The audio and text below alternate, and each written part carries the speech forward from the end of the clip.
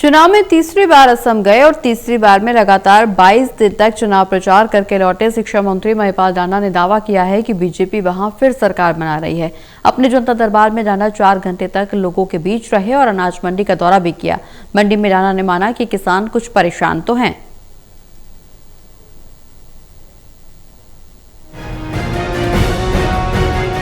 प्रदेश के 3 कैबिनेट मंत्री अब एक ही कैटेगरी में आ गए हैं। ये वो मंत्री हैं जो काम भी तेजी से करते हैं और बोलने डांटने में भी तेज तरार हैं। अनिल विज, कृष्ण बेदी और अब महिपाल डांडा भी। डांडा विधानसभा के बजट सत्र में इस बार गर्मा गर्मी के बीच सत्र खत्म होते ही रात को पानीपत आए और सुबह दिल्ली से फ्लाइट लेकर असम रवाना हो गए।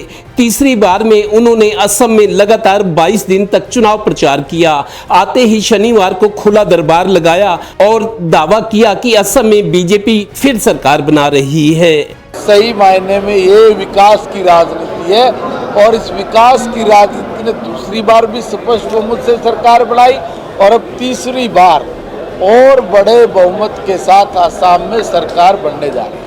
जाहिर है तीसरी बार में मंत्री जी 22 दिन तक असम चुनाव में रहे। उनसे प्राइवेट बैंकों में सरकारी विभागों के 800 करोड़ रुपए की गड़बड़ियों और गबन का सवाल पूछा गया तो मंत्री जी का जवाब, ये घोटाला किसने उजागर किया? विपक्ष ने किया क्या?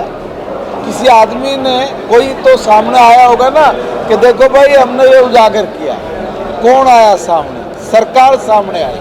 देश के इतिहास में पहली बार होगा कि 24 घंटे के अंदर अंदर सारा पैसा ब्याज समेत वापिस जमा हो जाना, इसको घोटाला बोलेंगे क्या? गौरतलब है कि जनता दरबार के बाद मंत्री महिपाल डांडा पानीपत अनाज मंडी में पहुंचे और किसानों आड़तियों से बात की। डांडा ने माना कि मंडियों में किसान परेशान तो हैं। जरूरी है, हम किसान के बच्चे हैं, हम अगर परेशान है तो दिक्कत तो है, इसलिए किसान को कोई परेशानी नहीं होनी चाहिए। मैं खाली यहाँ नहीं, असम से भी मैं लगातार टच में था कि किसी तरह की कोई प्रॉब्लम ना आए।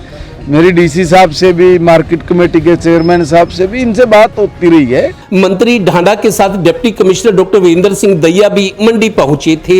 डीसी ने कमियां मिलने पर ठेकेदार और कारिंदों को डांट डपट की और पर्चा दर्ज कराने की चेतावनी दी। इसने कर दिया, तुमने क्यों नहीं करा भाई? जो मैंने फिर उठा, जैसे ये आज बैग नहीं उठे ना, ला के बैग कल दोपहर में फिर आऊंगा मैं। जो लिफ्टिंग नहीं हुई ना,